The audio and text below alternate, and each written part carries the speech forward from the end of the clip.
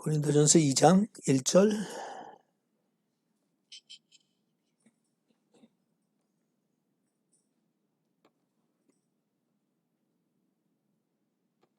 형제들아, 내가 너에게 나아가 하나님의 증거를 전할 때 말과 지혜의 아름다운 것으로 아니하였나니 내가 너희 중에서 예수 그리스도와 그의 십자가에 못 박히신 것 외에는 아무것도 알지 아니하기로 작정하였습니다. 내가 너희 가운데 거할 때 약하며 두려워하며 심히 떨었노라.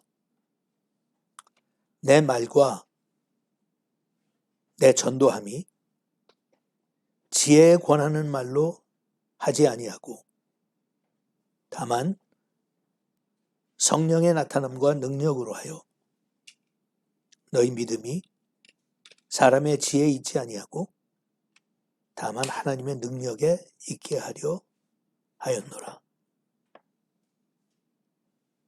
1장에서 했던 중요한 핵심적인 중심적인 그 말을 2장 앞에서 또 하는 거예요. 형제들아,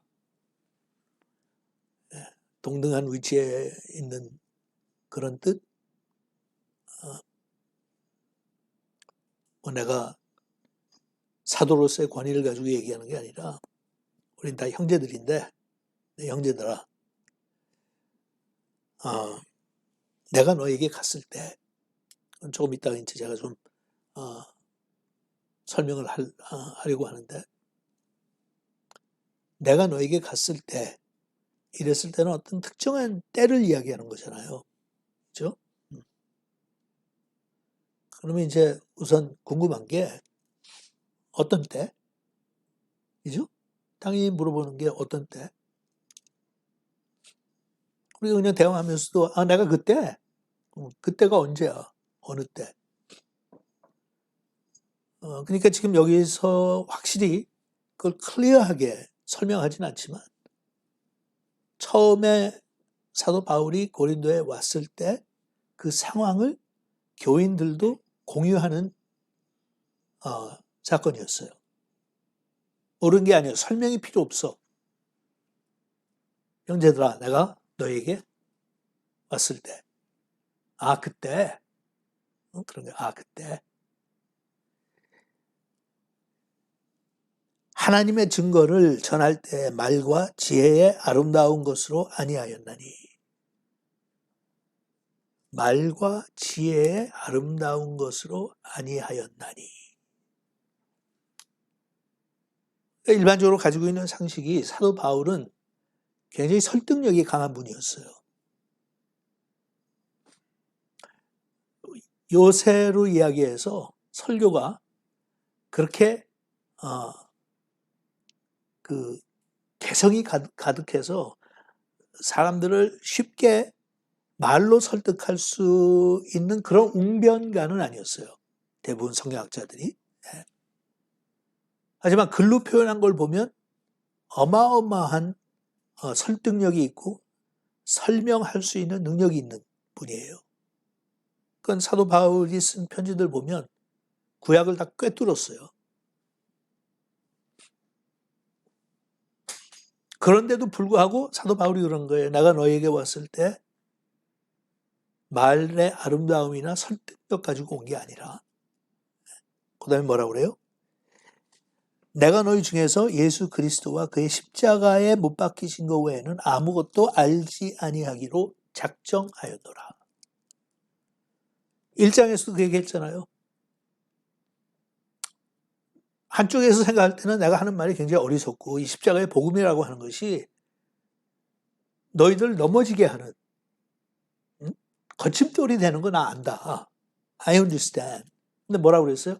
하지만 나는 그리스도와 그의 죽으심 밖에는 전할 게 없다. 1장에 그랬잖아요, 이미. 거의 비슷한 얘기를 한 거예요. You want wisdom, but I preach Christ and Him crucified. You want power. But I preach Christ and Him crucified. 그렇게 당돌하게 생각을 했는데 2장에서 또 밝혀요. 다시 반복해서 밝힐 때는 거기에 굉장히 큰 의미가 있기 때문에 그렇지 않을까요? 응? Why do you say that again? 다 아는데 앞에서 밝혀서. 그렇지만 본인한테는 굉장히 중요한 거예요. 나의 언변이나 나의 지식이나 나의 설득력이나 이런 거 가지고 너희들한테 온 게 아니라 나는 예수 그리스도와 그의 십자가에 못 박히신 것 외에는 아무것도 알지 아니하기로 작정하였노라. 우리가 뭐 이렇게 뭘 작정했을 때는 그 전에 무슨 뭐가 있었기 때문에 작정할 거 아니에요, 그죠? 네. 내가 하나님을 믿기로 작정하였노라. 그게 그냥 어느 날 갑자기 싱숭맹숭하게 그냥 결정한 게 아니라 그 사건이 있기까지 무슨 이유가 있을 거 아니에요. 그리고 결심하는 거예요. Did you make that decision? 우리가 항상 전도할 때도 그러죠. 복음을 설명을 다 하고도 Now it's time for you to make the decision. decision을 결심을 하지 않고 작정하지 않으면 지금까지 들은 거 아무 소용없어. 그런 표현을 놓고 볼 때 사도 바울이 지금 앞에 그리스도와 십자가에 못 박히신 것 외에는 내가 알지도 아니하기로 작정했다. 이건 뭐 결심을 든든하게 한 거예요. 응? 대충 한 것도 아니고. 아예, you know what? That's what I decided. 그러면 사도 바울이 처음에는 몰랐어요, 그렇게? 여태까지 그렇게 안 했어요? 했죠. 그러니까 사도 바울이 사역을 시작하자마자 그냥 핍박당했잖아요. 구박을 받은 게 어제 오늘 일이 아니잖아요. 십자가와 예수 그리스도와 십자가에 못 박힌 사실을 증거했기 때문에 사도 바울은 그렇게 핍박을 받고 그렇게 사람들의 시기와 질투를 받고 그렇게 잡아먹지 못해서 못 견뎠거든. So what's new? 다메섹 도상에서 예수님을 만나서 하나님의 부르심을 받는 그날부터 목숨 걸고 했는데 That's all you preached. Christ. 듣기 싫다고 해도 Christ. 제발 좀 그만하라고 해도 Christ. 그럼 무식한 말이 어디 있냐고 해도 Christ. 그것도 십자가에 못 박히신 예수. 근데 이걸 왜 두 번씩이나 이렇게 되풀이할까? 무슨 이유일까? 궁금하게 만드는 거예요. Interesting. 3절 내가 너희 가운데 거할 때 약하며 두려워하며 심히 떨었노라.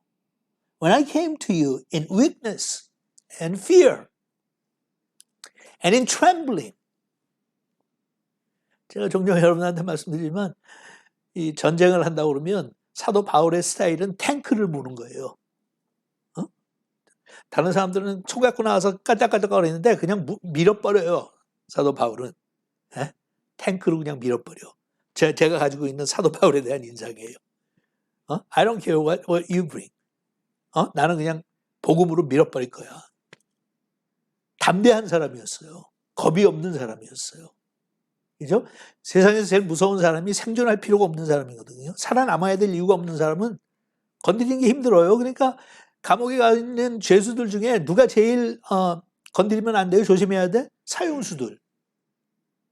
이미 사형수들은 사형 언도를 받았어. 죽는 게 두렵지 않아요. 어차피 죽을 거야.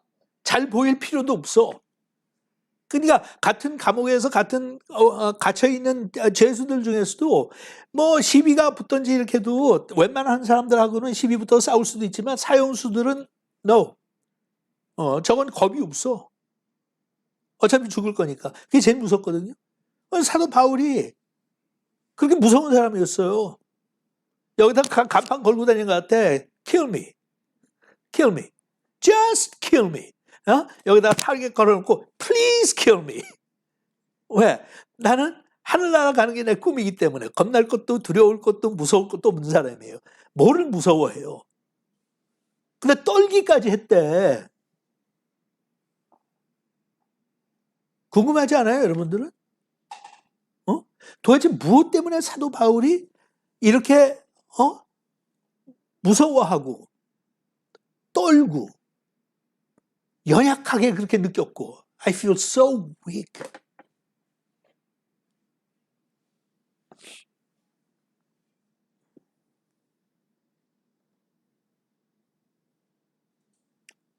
그건 사도 바울답지 않은 거예요. I came in weakness? 사도 바울은 힘에서 힘으로 from power to power 그렇게 사역을 했던 분이야. 그런 사람이 어떻게 이런 모습을 보일 수 있어요? 무슨 이유 때문에 이런 모습을 보인 거예요? 고린도가 특별히 전도하는데 힘든 도시라고 생각을 했었을까? 여기는 들어가면 훨씬 더 연약하게 자신을 생각하도록 만드는 그런 두려움이 있는 도시였나? 근데 나중에 고린도전서 읽어보면 복음 전하는데 강력한 하나님의 역사가 일어났거든요. 파워풀한 역사가 일어났어. 그럼 그것도 아닌데 왜 유난히 여기서는 그런 고백을 하지? 그 자신만만한 사람이?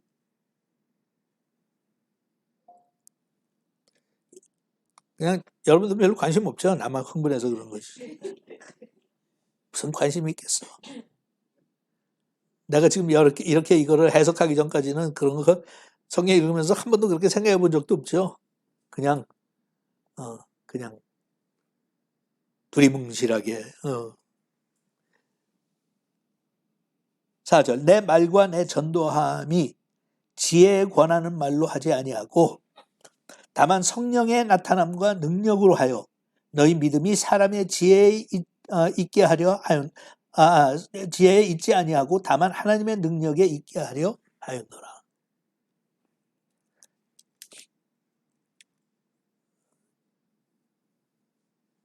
영어로는 이거를 when I reasoned with you 그랬어요.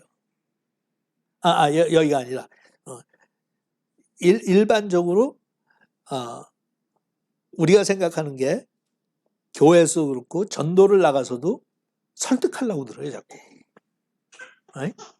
복음을 구체적으로 설명해서 설득하려고. 이게 진리야. 이게 내가 경험한 그 하나님의 파워고 은혜고 능력이야. 믿어. 그거 이 시간 결정을 해.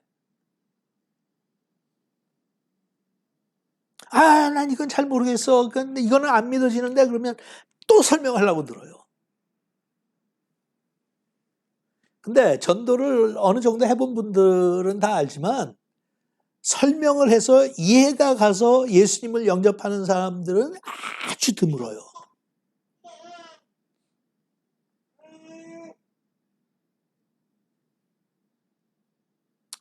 그런데 어떤 사람들이 예수를 영접하기로 마음 문을 열고 그렇게 작정하는 그 과정을 보면 somewhere, somehow 성령의 역사가 나타나.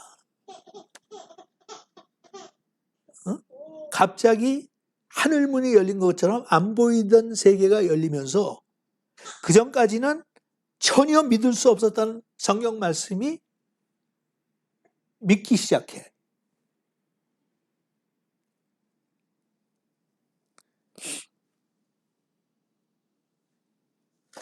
그럼 무엇이 사도 바울로 하여금 이런 고백을 하게 만들었을까는 그의 전도 여행의 여정을 살펴보면 약간 짐작할 수 있어요. 사도행전 17장 가보세요.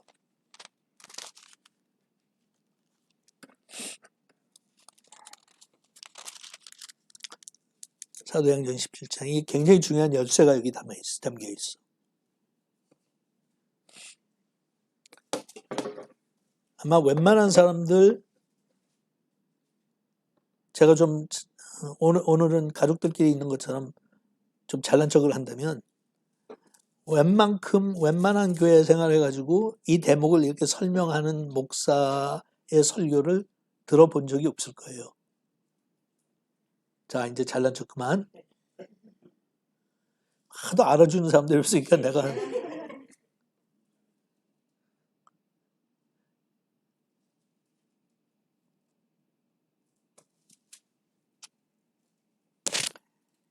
17장 16절.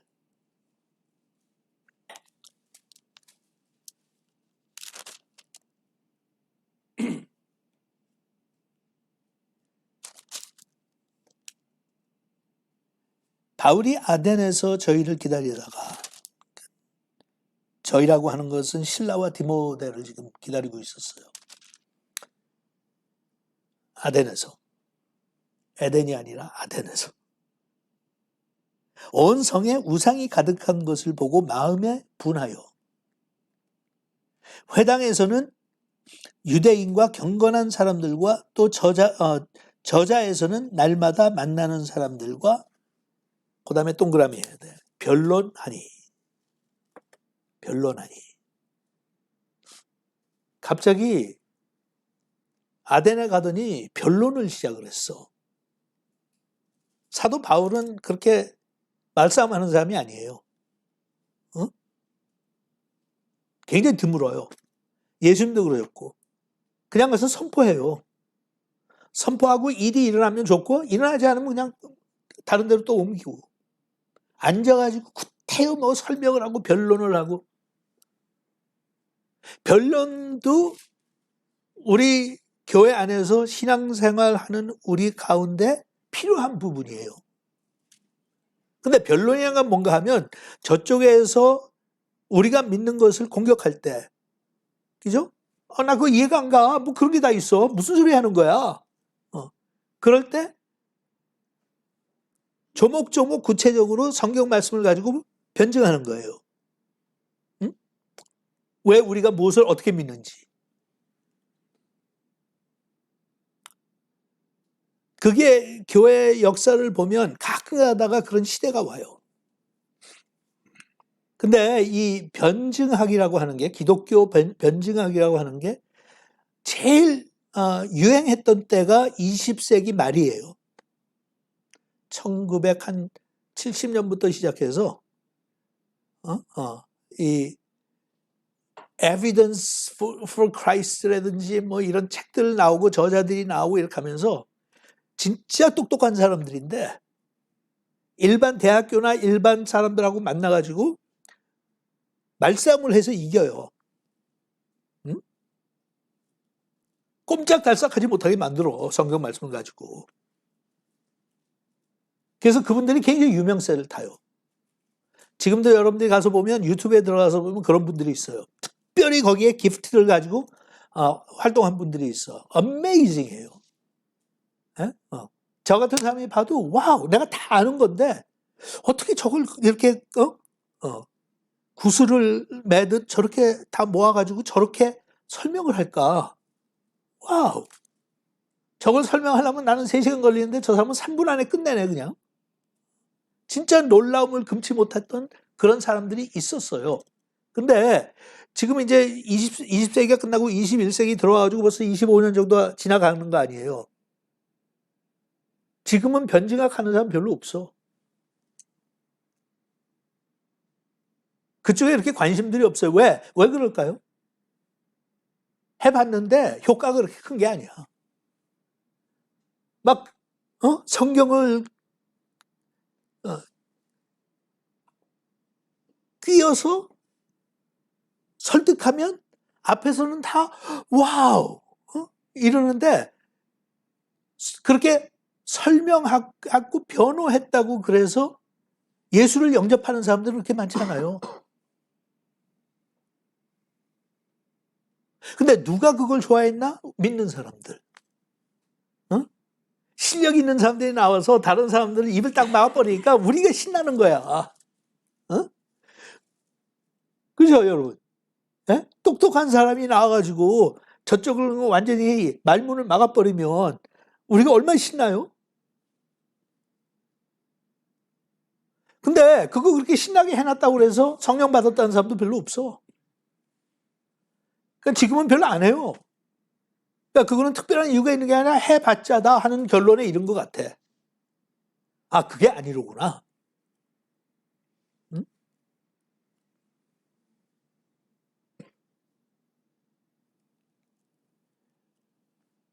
근데 바울이 아덴에 들어가요. 아덴에 들어가가지고 만나는 사람들과 변론한다고 그래요. 영어로는 reason 했다고 그랬어요. reason 했다고. 여러분, 기독교가 reason 해가지고 설명이 가능한 종교예요? 기독교는 체험적인 종교예요. 그리고 상당히 많은 부분이 설명이 불가능해요. 어? 우리가 내가 경험한 거를 얘기하고 전달할 수는 있지만 그걸 가지고 누구를 설득해서 예수 믿게 하는 거는 거의 불가능해요. 변론해가지고. 근데 사도 바울이 에덴에 들어가서는 변론을 하기 시작했어. 그러니까 영어로 하면 What's wrong with this guy? What happened to him? 그 대포는 어디로 가고 대포에서 내려갔고 무슨 총대 하나 메고 가고 1대1로 싸워가지고 이기했다는 식으로 지금 접근을 하니까 That's strange. Reason? 예수님이 reason 하셨어요? 회당에 들어가서? 너희들이 이러는데 이거는 그렇지가 않다 설명해가지고 어떻게 reason? 물론 그 당시에는 환경 자체가 일반 사람들하고 변론할 수 있는 그런 상황이 아니에요. 여러분들은 그냥 우리는 현대만 살고 있으니까 여기에서밖에 추정이 잘 안 돼. 그런데 예수님 당시에 회당에 나가도요. 성경을 가지고 있거나 성경을 아는 사람이 전무야. 아세요? 우리는 생각할 때 유대인들은 구약은 갖고 있었네. 아니요. 구약을 이렇게 다 종합해가지고 성서로 만들어 놓은 거는 예수님 후예요. 그전에는 그냥 책들이 돌아다녔어. 에레미야서 그러면 에레미야서는 따로 돌고 다녔고 이사야서 따로 돌고 다녔고 그 유명한 대선지자들만 그렇게 했지 소선지들 그 글은 별로 알지도 못했고 그 당시 종교 지도자들도 알지도 못했고요. 그때는 사본이 다니는 거니까 이렇게 종합돼서 묶여 있는 성경이 아니에요. 모세오경도 사실은 역사로 놓고 볼 때는 근래에 와서 그게 묶여진 거예요. 모세오경이라고. 다 따로 다녔어요. 그러니까 오죽하면 여러분 구약에 가서 왕 시절 왕들이 그 다스리는 시절에도 갑자기 성경을 발견하잖아.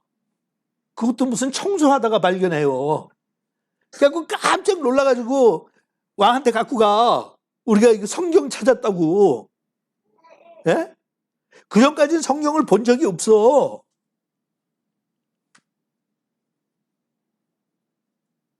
변론은 무슨 변론? 알아야 변론을 하지. 없어요.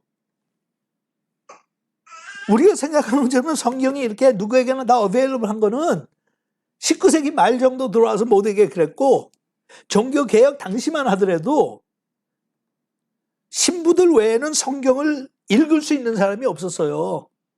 우선 번역이 안 돼 있으니까 일반 사람들은 못 읽어.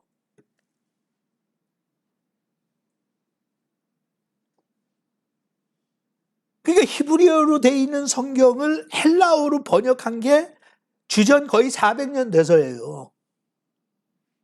그러면 히브리어를 모르는 사람들은 구약을 줘도 못 읽을 거 아니야. 근데 그러면 유대인들은 다 히브리어를 할까? 아니요. 예수님 당시에 히브리어 안 쓰고 아람어 썼잖아요. 하도 다른 나라의 지배를 받았기 때문에. 히브리 성경이 보존됐다고 해도 갖다 줘도 읽을 수 있는 사람이 없어요. 그러다가 그 히브리어로 써있는 구약을 아람어로 써있는 구약을 헬라어로 그리스어로 바꾼 게 거의 400년이 돼서요.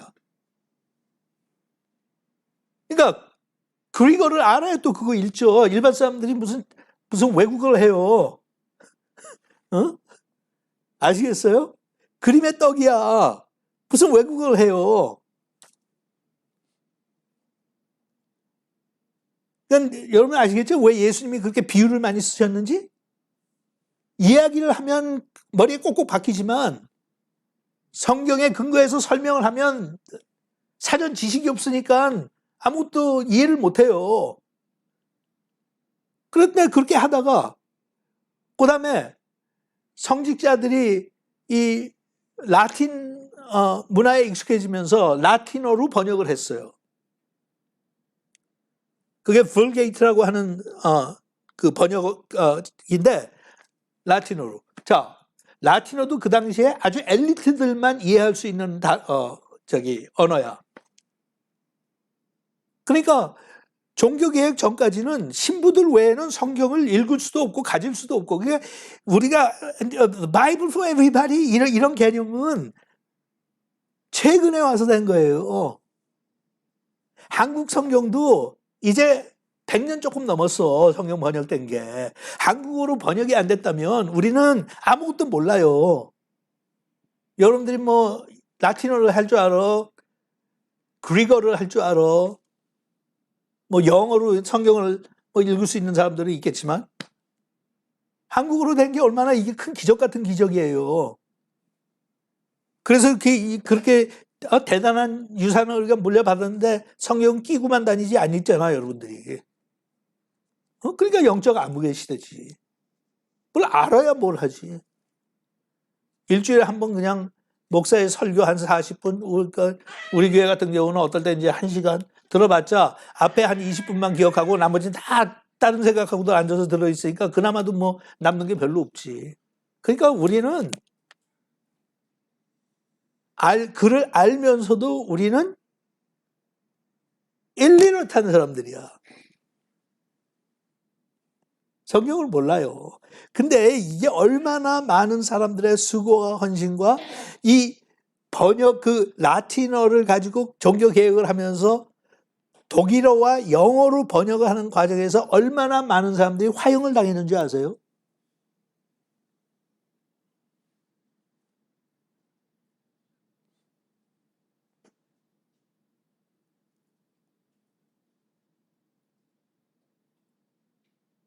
이건 내가 여러분들한테 무슨 죄책감을 주려고 하는 말은 아니고 그냥 우리가 사는 게 참 한심해서 그냥 지나가듯이 한마디 하는 거예요. 그렇게 어려운 과정을 통해서 그렇게 많은 사람들이 피를 흘리고 성경을 적고 한국 선교 역사만 보더라도 초대 선교사들이 얼마나 순교를 많이 하고 피를 흘렸어요. 그 까닭에 이거를 우리한테 줬는데,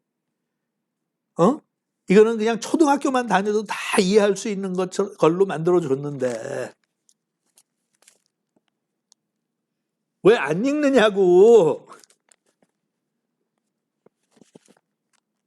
그게 말이 되냐고요.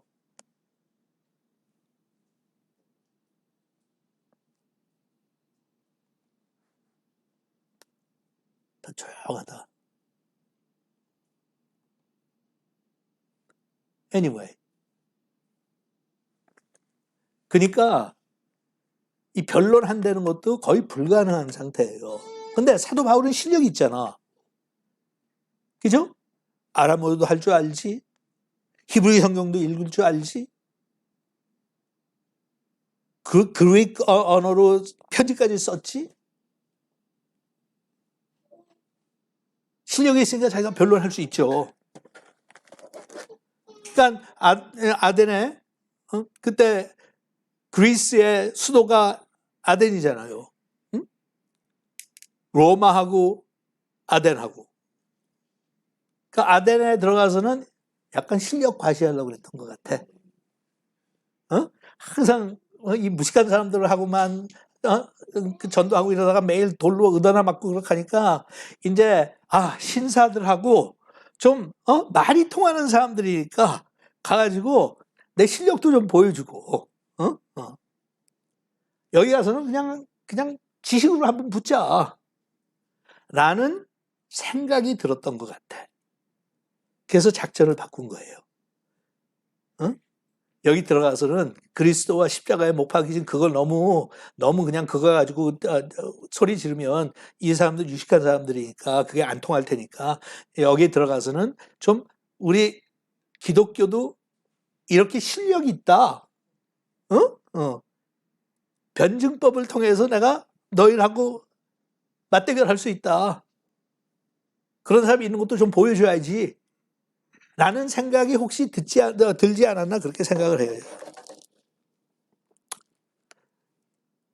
그래서 18절에요. 어떤 에비구레오와 스토이고는 스토익들 얘기하는데 그때 철학 그 줄기 중에 하나예요. 스토익스. 그 다음에 철학자들도 바울과 쟁론할세. I can see this, 정말 공부 많이 하고 박식하고 성경도 알고 성령도 체험했고 기가 막힌 디베이터고 그래서 아이비리그의 대학교에 가가지고 한번 붙자. 당연히 그러죠.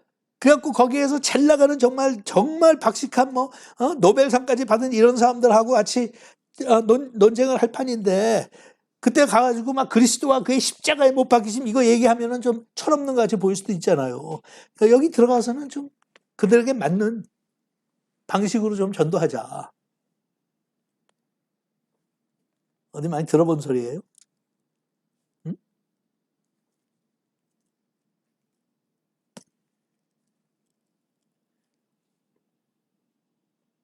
그랬더니 쟁론할세 혹은 이르되 이 말쟁이가 무슨 말을 하고자 하느냐.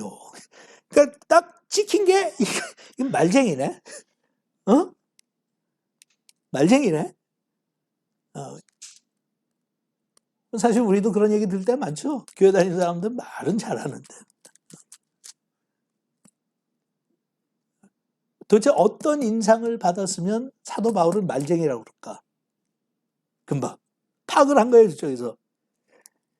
이 말쟁이가 무슨 말을 하는지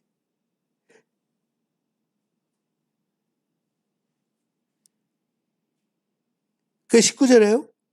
붙들어 가지고 아레오바고로 가며 말하기를 우리가 너의 말하는 이 새 교가 무엇인지 알 수 있겠느냐? 너는 새로운 종교를 지금 우리한테 설명하는 것 같은데 좀 더 구체적으로 잘 설명할 수 있겠느냐? 이 사람들은 이제 나중에 여기서 나오지만 아침에 일어나서 잠자기까지 그냥 매일 앉아가지고 변론만 하는 사람들이에요. 그냥 말 가지고 매일 떠드는 사람들이야. 지금으로 얘기하면 국회의원들이지 뭐. 말들만 하고.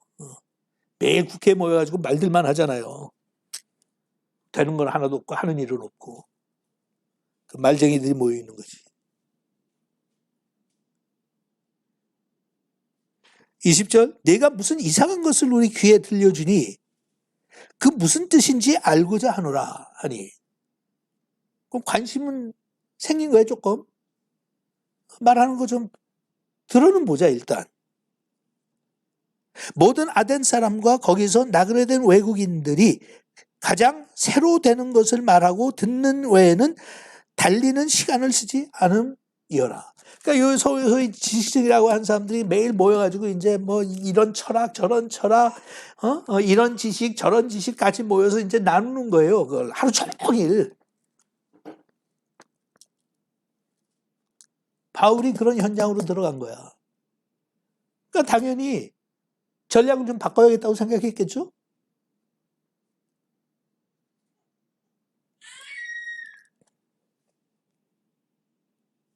(22절) 바울이 아레오바고 가운데 서서 말하되 아덴 사람들아 너희를 보니 범사에 종교성이 많도다.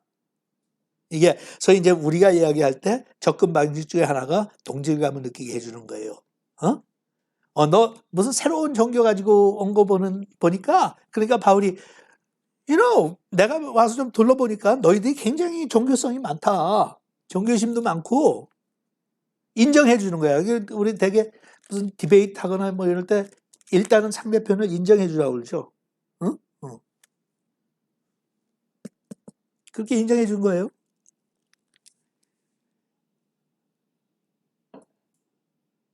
23절 내가 두루 다니며 너희의 위하는 것들을 보다가 알지 못하는 신에게라고 새긴 단도 보았으니 그런즉 너희가 알지 못하고 위하는 그것을 내가 너희에게 알게 하리라. 그냥 돌아다니면서 보니까 어떤 우상이 있는데 우상에 거기 비석이 있단 말이에요. 근데 거기 보니까 unknown God, 모르는 신에게, 예? 모르는 신에게. 그러니까 얼마나 종교성이 많으면 너희들은 모르는 신한테도 경배하고 예배하고 그렇게 헌신하냐. 와우. 그러면서 이제 바울이 그런 거예요. 내가 여기 온 것은 그 모르는 신이 누군지 너희들에게 설명해 주려고 왔어. 멋지잖아요. 다 갖췄어. 응? 동질감 느끼게 했지. 판단하는 게 아니라 자기가 설명하고 이해해 주는 쪽으로 협조하는 모습으로 나타났지. 그런데 잡혔다 너희들. 왜? 언노운 갓이라고 해서 할 때까 할 정도로 너희들이 거기 근데 그 언노운 갓이 사실은 언노운이 아니야. 나는 알아 그게 누군지. 그러니까 너희들이 그 신을 찾으면 돼. 접근 잘했지. 응? 우리가 교회에서 여러분들이 기독교도 마찬가지거든요. 다른 종교를 갖고 있는 사람한테 접근했을 때는 우리가 그쪽을 약간 받아주고 이해해요. 가가지고 회교들이 와서 성전 짓는데 거기서 돼지고기 머리 갖다 놓고 구워 먹고 하는 그런 무식한 짓을 그거 다 우리는 혐오하는 거기 때문에 싫어하잖아. 예? 가서 신사적으로 대해주고, 그죠?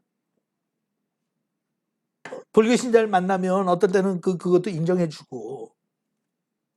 그러니까 접근 반복이야 이런 거는 탁월하게 잘한 거예요. 24절 우주와 그 가운데에 있는 만유를 지으신 신께서는 천지의 주제시니 손으로 지은 전에 계시지 아니하시고 또 무엇이 부족한 것처럼 사람의 손으로 섬김을 받으시는 것이 아니니 이는 만민에게 생명과 호흡과 만물을 친히 주시는 자이심이라. 인류의 모든 족속들 한 혈통으로 만드사 온 땅에 거하게 하시고 저희의 연대를 정하시며 거주의 경계를 원하셨으니 이는 사람으로 하나님을 혹 더듬어 찾아 발견하게 하려 하심이로되 그는 우리 각 사람에게서 멀리 떠나 계시지 아니하시도다. 우리가 그를 힘입어 살며 기도하며 있느니라. 너희 시인 중에도 어떤 사람들의 말과 같이 우리가 그의 소생이라 하니. 그러니까 이게 다 종합적으로 다 동원한 거야. 뭐 그 당시 유명한 시인도 끌어들이고 뭐 해가지고 다 해서 실력 과시하는 거예요 지금. 그러면 뭘 기대해? 저쪽에서 와우, 넌 무식한 놈은 아니구나. 그러니까 설명을 그렇게 하니까 이해가 가네? 이럴 줄로 알았지. 그게 사도 바울의 계획이었을 거예요.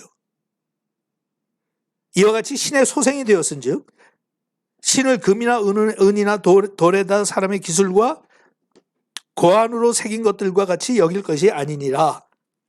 알지 못하던 시대에는 하나님의 허물치 아니하셨거니와 이제는 어디든지 사람을 다 명하사 회개하라 하셨으니 이는 정하신 사람으로 하여금 천하를 공의로 심판한 날을 작정하시고 이에 저를 죽은 자 가운데서 다시 살리신 것을 모든 사람에게 믿을 만한 증거를 주셨음이니라 하니라. 저희가 죽은 자의 부활을 듣고 혹은 기롱도 하고 혹은 이 일에 대하여 내 말을 다시 듣겠다 하니 이에 바울이 저희 가운데서 떠나매 몇 사람이 그를 친하여 믿으니 그중 아레오바고 관원 디오누시오와 다말이라 하는 여자와 또 다른 사람들도 있었더라. 18절에 이후에 바울이 아덴을 떠나 고린도에 이르러. 그러니까 형제들아, 내가 너에게 왔을 때 아덴에서 좀 과장된 표현이지만 참혹하게 비참하게 패배했어요.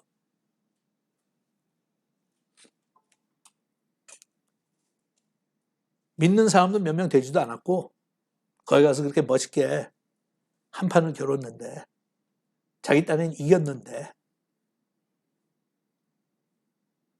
몇 명 되지도 않았고 회심한 사람들이. 교회도 세우지 못했어. 바울이 갔던 모든 지방과 도시에서 교회를 세우지 못한 것은 유일하게 아덴밖에 없어요.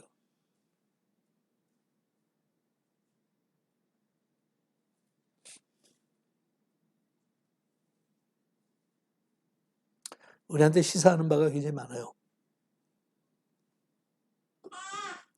우리가 세상 살면서 내 딴에는 내 재주와 내 경력과 내 경험과 내 지식과 이런 거 다 동원해서 세상과 맞대어서 싸울 수 있다고 착각할 때가 있어요. 바울 같은 이런 진짜 영적인 깊이가 있는 분들도 그 함정에 빠진 거야.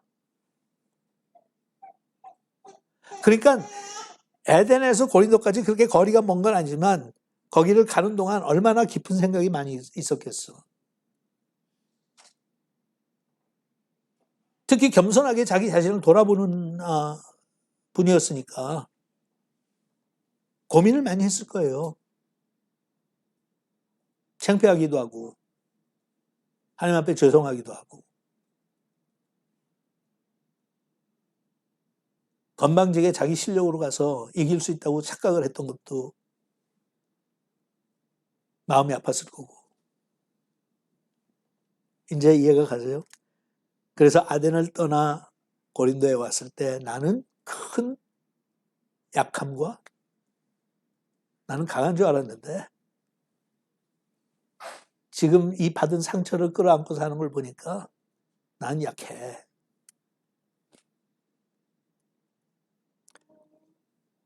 두려움과 굉장히 두려워진 거예요. 이거 어떡하지? 어떻게 수습하지? 하나님이 나를 더 이상 사용하지 않으시면 어떡하지? 내 자신을 믿고 내 실력을 믿고 건방지게 앞서서 갔던 나를 하나님께서 이제는 실망하셔서 더 이상 사용하시지 않으면 어떡하지? 두려움. 그 두려움이 너무 커서 떨리기까지 했다는 거예요.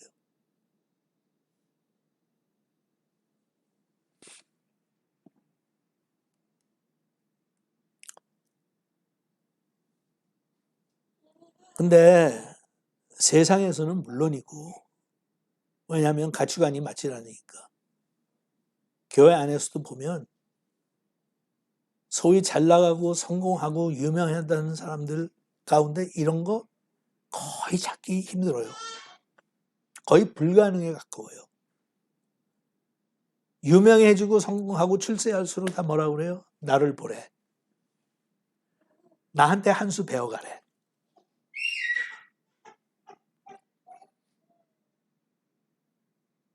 시작은 전부 다 굉장히 겸손한 환경에서 시작한 사람들이 대부분이에요, 목사들, 성공한 분들이.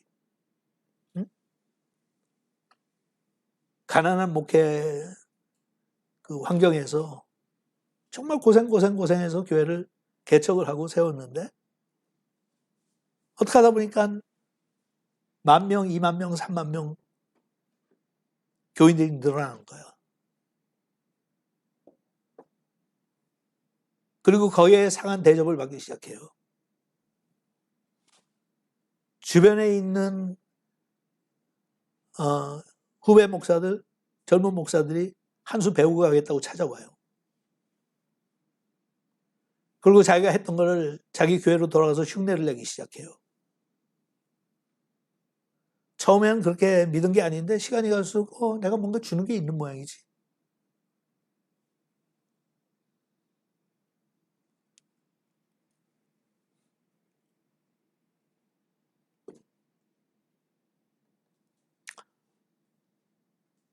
더 이상 하나님도 무섭지 않고 두려움도 사라지고 떨리는 건 물론 사라진 지 오래됐고. 근데 그게 그렇게 꼭 출세하고 유명하고 성공한 목사들에만 한한 걸까요? 여러분 볼 때 처음 예수를 믿기 시작할 때보다 지금 현재 모습이 어때요? 은근히 내공이 좀 쌓였다고 생각해요?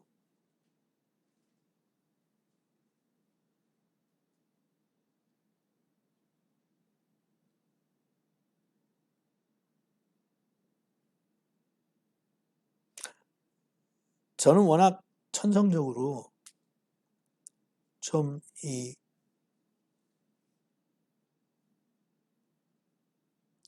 개인의 자유를 굉장히 존중하는 성향이 있어요.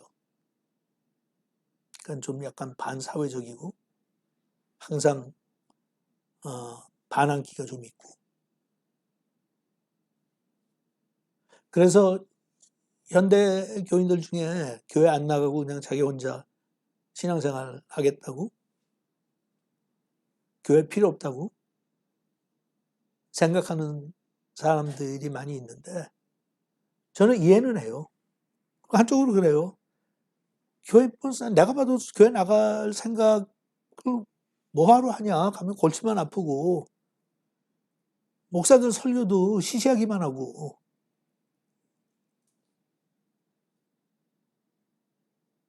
예수 그리스도와 그의 십자가에 못 박히심을 설교하는 목사도 찾기 힘들고, 성공한 교회일수록 그건 다 아는 건데 왜 매일 그것만 하느냐고 이야기할 거고. 내가 봐도 나래도 교회 안 나가겠다. 그러면서 동시에 이게 이율배반적인 거죠. 동시에 근데 안 나가면 너는 어떻게 견디는데? 어떻게 성장할 건데?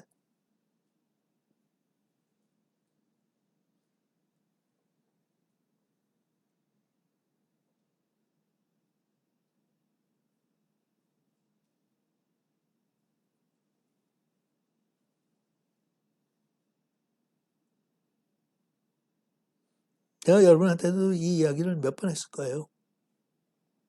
하지만 들어도 여러분한테 해가 되지 않은 이야기야. 제가 신학교에서 3학년 때, 마지막 학년이에요. 3학년이. 3학년 때 영국에서 아주 유명한 성공회 신부면서 신학자가 제가 다니던 그 신학교에 채플에서 설교를 하시러 왔어요.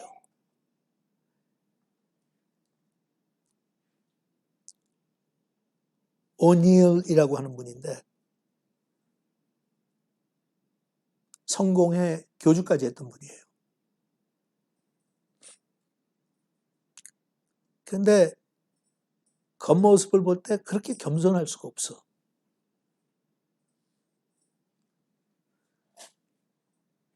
일반 교단의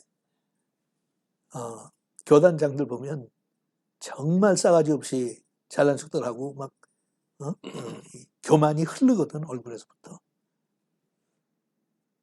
근데 내 눈에 그렇게 그분이 고상하고 다운 투 얼스고 겸손하더라고. 그래서 설교를 듣고 굉장히 감동을 받았어요. 더 이야기를 하고 싶은데 그런 기회가 오나요? 신학생한테.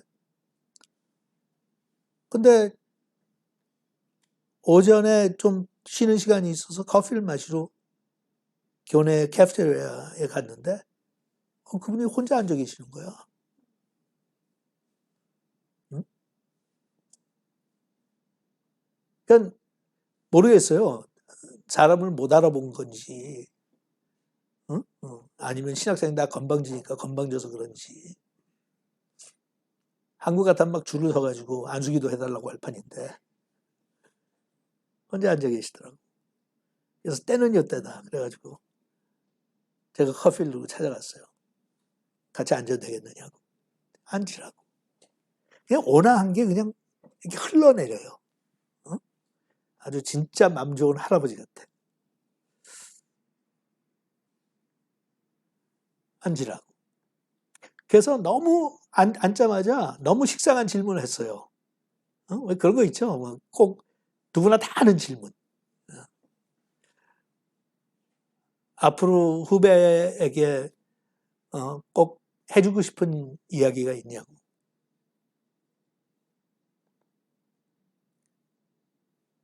그게 이제 사실 질문하는 것도 굉장히 잘난 척하는 거거든요. 어쨌든 뭐 물어봤어. 그랬더니 씩 웃으시면서 한두 가지 얘기해 줄 수 있는 게 있대. 그러면서 첫째, 네가 앞으로 목사가 돼서 목회하는 동안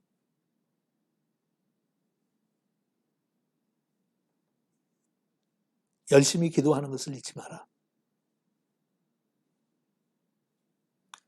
그거는 식상한 질문에 너무 식상한 답이죠. 그건 모르는 사람이 어디 있어.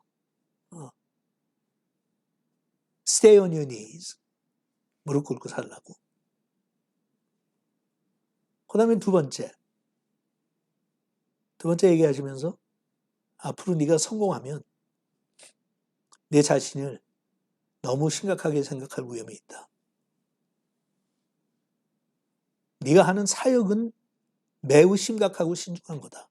It's very serious. 하지만 너는 아무것도 아니다. Don't take yourself too seriously. 사람들이 와서 네가 잘한다고 칭찬하고 너에게 존경의 뜻을 표하고 네가 교인들의 사랑을 받고 후배 목사들의 존경을 받을 때 절대로 믿어서는 안 된다. 그러면서 네 자신을 향해 웃을 줄 알아야 된다. Learn to laugh at yourself. 네가 간혹 실수하고 실족하면 야, 뭐 난 인간이니까 Don't take yourself too seriously. 사람들이 와서 칭찬하고 환영하고 하면 그거는 인간들이 하는 거니까 너무 그거 믿지 마. 오히려 반대편에 서서 자식 뭘 안다고 이런 식으로 네 자신을 보고 웃어. Laugh at yourself. 특별히 너를 공격하는 교인이나 사람들이 주변에 있을 때 너무 방어하느라고 신경 쓰지 말고 너를 반대하는 그 사람들 쪽에 서서 너를 향해서 너도 같이 웃어. 참 저런 게 목사가 다 됐으니 실수하는 건 당연하지. 근데 그 희한한 거예요. 그런 게 여러분 다 있잖아요. 너무 교과서적인 이야기를 하신 것 같은데 성경 말씀이 그런 거거든요. 뭐 꼭 그렇게 새로운 말씀이 아닌데도 우리한테 와서 꽂히는 게 있죠, 가끔가다. 저한테는 그게 꽂혔어요.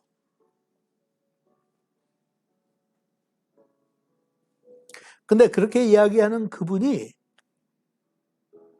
그리스도의 향기가 풍기는 거예요. 그리고 자기가 강사로 오고 그렇게 유명하고 한 교단의 교주인데도 혼자 앉아서 커피 마시는 모습이 너무 자연스러워.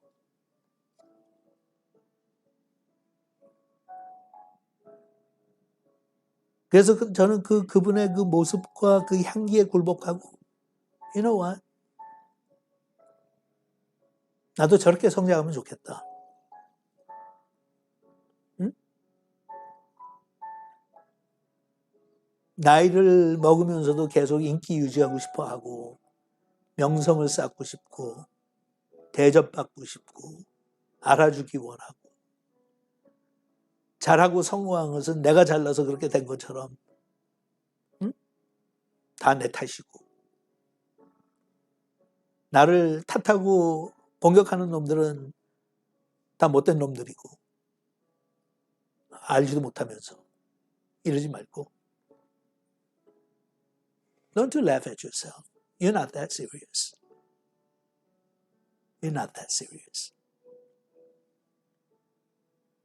그 후에도 저도 간혹 가다가 제 자신을 굉장히 중요하게 생각했던 때가 왜 없었겠어요. 목회를 하면서도 내가 없으면 교회 안 되지. 나의 리더십이 아니면 교회 안 되지. 나의 헌신이 아니면 교회 안 되지. 내가 그렇게 하지 않았으면 교회가 이렇게까지 성장할 수는 없었지. 인간인데 어떻게 그런 생각이 종종 들지 않겠느냐고요. 근데 그럴 때마다 주변의 환경을 통해서 하시든지 아니면 하나님께서 직접 하시든지 아니면 저에게 깨달음을 주셔서 제가 실천으로 옮길 수 있도록 도와주셨든지 평생 잊지 않고 살았어요. 인기가 생기면 두렵고 떨렸어요.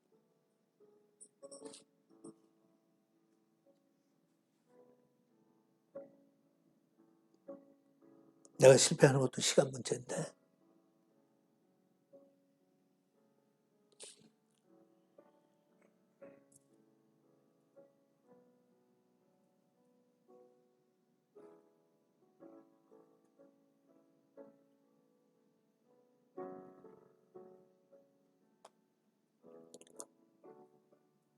그래서 죽기보다 싫어서 늘 싸웠던 게 Don't let it go to your head. 하나님은 네가 아니면 다른 사람 시켜서 네가 하는 것만큼 아니면 더 훌륭하게 얼마든지 일하실 수 있는 분이야. He doesn't need you. You need him. 너의 영광을 하나님께서 주신 게 아니라 하나님의 영광에 네가 동참할 수 있도록 축복하셨어. 어떤 면에서는 그게 그 스티브 오닐이라고 하는 그분의 한마디가 저를 지키는데 큰 도움을 줬던 것 같아요.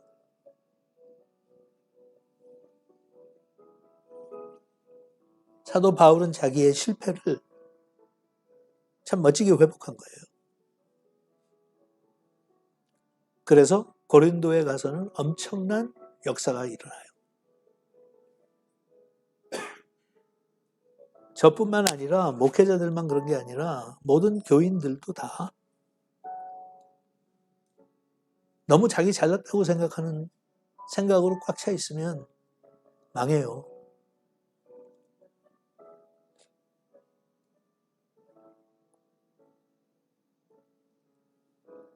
사도 바울한테 이렇게 약하고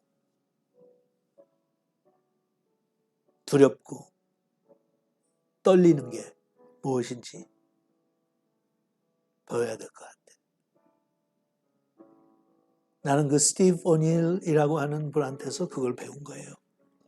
그분의 모습이 그랬어요.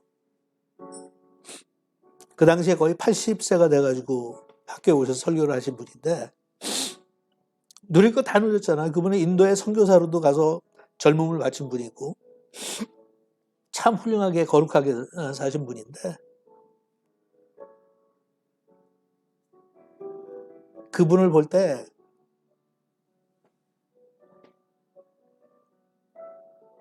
그럴듯한 그런 외모가 없었어요. 근데 너무 편해 보였어.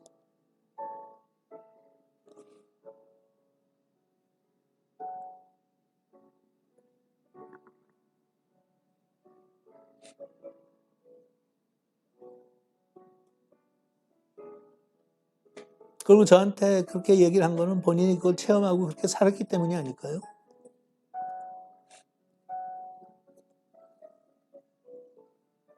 영국 성공회의 교주라고 하는 것은 왕을 다스릴 수 있는 권한이 있었어요, 역사적으로. 캔터베리의 주교.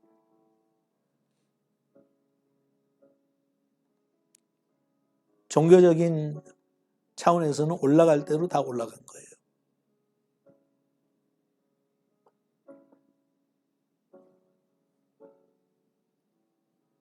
가능해요, 우리도.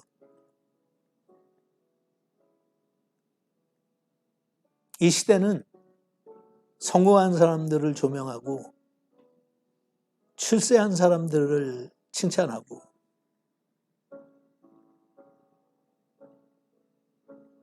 목사들도 성공한 목사들, 잘 알려진 목사들,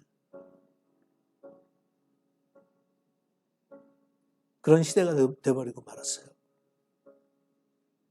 하지만 저는 믿어요. 목사들 가운데서도 이름도 없이 빛도 없이 그 스티븐 오닐 주교처럼 그리스도의 향기를 풍기며 이웃을 행복하게 만들어주는 그런 목회자들도 아직도 참 많이 남아있을 거다. 매스컴을 타지도 않고 TV 스크린에 나오지도 못하고 유튜브에 팔로워가 많은 것도 아니지만 하나님을 섬기는 게 늘 두렵고 떨리는 사람들, 여러분들도 그렇게 살 수 있길 바라요. 하나님을 기쁘시게 하는 거고 궁극적으로는 그게 우리를 성공하게 하는 거예요.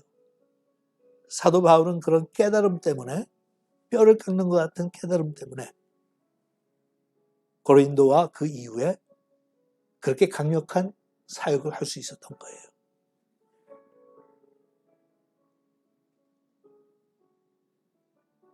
우리한테도 그런 잠재력을 주시기에 고마운 거죠. 같이 부르자.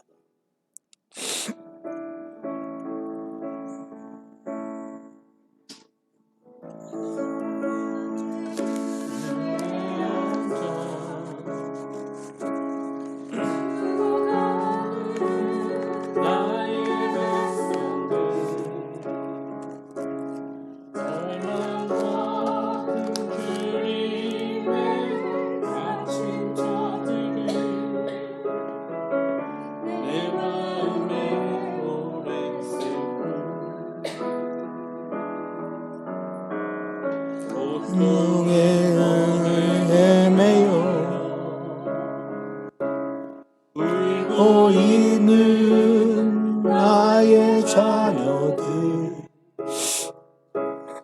나는 이제 일어나 저들의 멍에를 꺾고 눈물 씻기기 원하는데 누가 내게 부르짖어 어디에 할까? 누가 나를 위해서 나의 사랑을 전할까? 나는 이제 보기 원하네. 나의 자녀들 떠나는 그날 기쁜 소리들 하늘에 웃음소리 땅 가득한 그날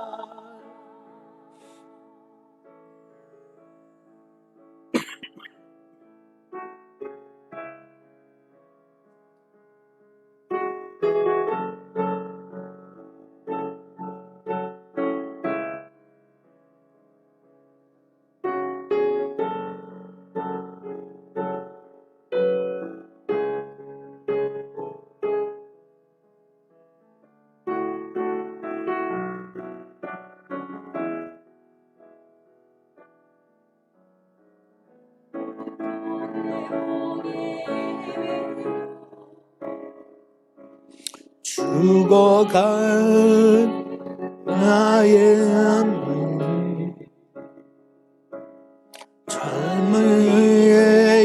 일어나 저들의 멍에를 꺾고 눈물 씻기 원하는데 누가 내게 부르짖어 저들을 그렇게 할까 누가 나를 위해 가서 나의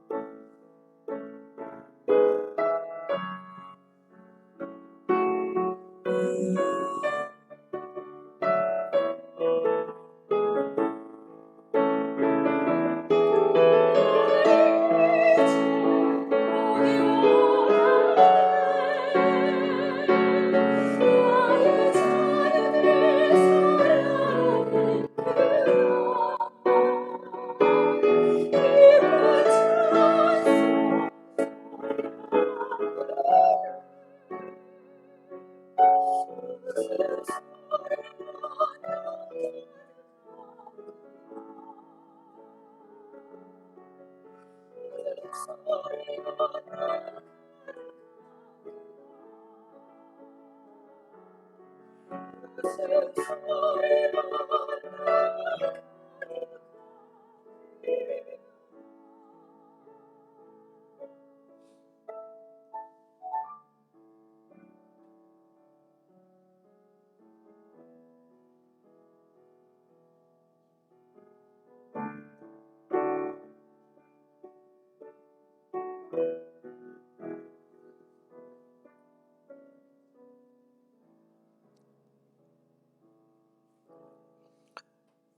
제가 그 요즘 최근에 좀 느끼는 건데,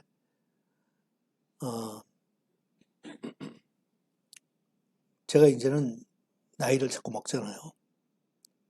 그러니까 어차피 나이 값을 한다고. 그러다 보니까, 저는 제가 꾸던 꿈을 자꾸, 좀 내려놓는 부분들이 있어요.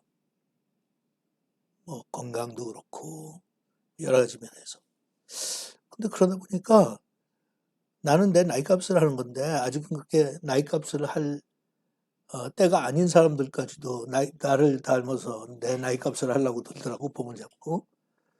그래서, 여러분한테 챌린지 하는 거는, 여러분들은 여러분들의 삶을 사세요. 꿈을 꾸고, 아직도 할 일이 많이 남아 있으니까 할 일 하고 나는 뒤에서 계속 뒤에서 그럼 또 옆에서 같이 동행하면서 나는 여러분들 응원하고 지원하고 또 앞장서야 될 때가 있으면 앞장도 서고 그러니까 지금 이 선교에 대해서 저한테 요청이 들어온 것들 건수가 몇 개 있는데 올해는 그 중에 한두 개는 좀 태클을 하는 것도 괜찮겠다고 생각을 해요. 그래서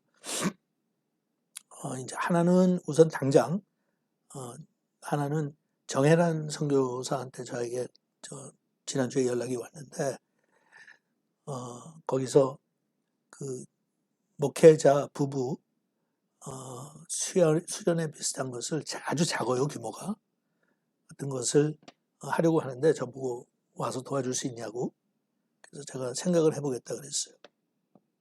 근데 그게 미얀마잖아요. 그러니까 우리가 또 여태까지 다녔던 다른 선교지하고는 조금 더 색깔이 다르죠. 예, 그리고 거기에서는 종교 탄압이 굉장히 심하고 예, 정부 차원에서 하는 탄압이기 때문에 코비드를 지나가면서 목회자들이 굉장히 많이 힘들어했고 예, 왜냐하면 교인들을 먹여 살려야 했어요. 자기네들이. 그리고 정혜란 선교사는 제가 한 30년 전에 필리핀에서 훈련받을 때 처음 만났는데 그 후에 미얀마로 옮긴 다음에 저도 한 번도 가본 적이 없어요. 그래서 그쪽도 지금 오픈된 게 하나 있고 그다음에 남미에도 옵션들이 몇 개 있잖아요. 여러분들 아는 그런 상황에서 좀 여러분들이 나 때문에 아니면 나의 사정 때문에 너무 그 활동을 절제한다고 그러면 말 표현이 좀 그렇지만 하고 싶어도 또 내가 하자 그래야 될 때까지 기다려야 되니까 좀 그런 것 같아서 올해는 여러분들이 좀 준비하고 가서 활발하게 선교도 좀 하고 그랬으면 좋겠어요. 다만 과거에 우리가 인도를 갔을 때는 교회 예산이 막 남아났었어요. 기억하시죠? 쓰는 것보다. 그래서 갈 때 비용을 다 상당히 많은 부분은 교회에서 지불했거든요. 근데 요새는 교회 사정이 페이첵 투 페이첵으로 가기 때문에 여러분들을 뒤에서 지원할 수 있는 거는 뭐 거의 없다시피 해요. 그러니까 그런 생각이 있으면 여러분들이 이제 자비로 갔다 와야 되는데 충분히 보람 있는 일들이고 우리가 유니클리 할 수 있는 일이니까 여러분들 지금부터 좀 생각해 보시고 근데 미얀마에 가는 것은 3월이에요. 3월 말에. 그래서 시간이 얼마 남지 않았어요. 그 이제 미얀마를 간다면 돌아오는 길에 태국을 들리든지 홍콩을 들리든지 서울을 들리든지 뭐 이렇게 들려가지고 또 좀 놀다 올 수 있는 것도 할 수 있으니까 꼬셔야지. 그렇게 여러분들이 좀 생각을 미리 했으면 좋겠어요. 오케이? 오케이? 예. 아멘.